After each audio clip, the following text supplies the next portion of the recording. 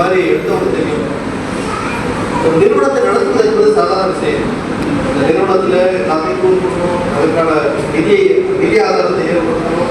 நிதி என்பது இந்த மாதிரியான கொடுக்க மாட்டாங்க. இது இன்னொரு நானே வந்து கேட்டேன், நீ வாழ்ந்துன்ற ஊதியத்தில் உன்னுடைய பெரும் பங்கை இந்த தொழில்நுட்பத்துக்காக செலவு செய்கின்றாயே அப்படின்னு. அவருடைய துணைவியாரும் இவருக்கு உதவியாக இருக்கிறது. எப்பவுமே மனைவியாக அமைவதெல்லாம் இறைவன் கொடுத்த வரம் என்பார்கள்.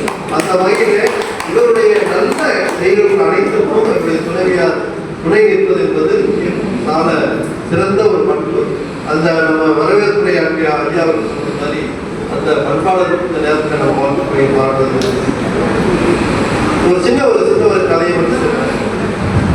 ஒரு வீட்டில் ஒரு சின்ன குடும்பம். அந்த குடும்பத்துல அம்மா அப்பா ஒரு சின்ன ஒரு சிறுமி. அந்த வாடகை குடியிருப்பது வாடகை வீடு.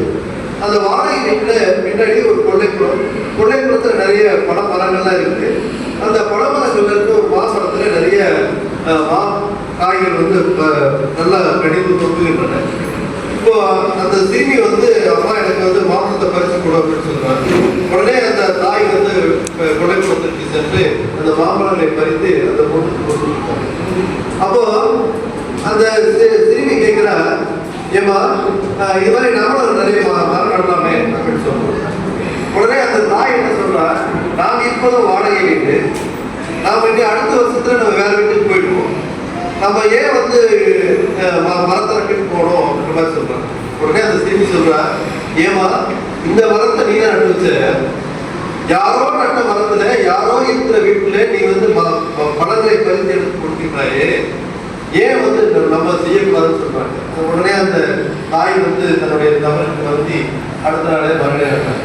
அதே மாதிரி இந்த விஷயம் யாரு எது செய்யலைன்னா கூட நான் செய்யலை அப்படின்னு சொல்லிட்டு தொழில்நுட்பத்தை நிறுவி இந்த மாணவர்களுக்காக மக்களுக்காக நான் ஒரு மரத்தை நடுவது போல நிறுவனத்தை வளர்த்து காத்து இதில் இருக்கின்ற நல்ல நல்ல பலன்களை அளித்துக் கொண்டிருக்கின்ற இந்த ஐயா ரமேஷுக்கும் இவருக்கு நீங்கள் திருப்பி என்ன செய்ய வேண்டும். அந்த செய்தி வந்து மீண்டும்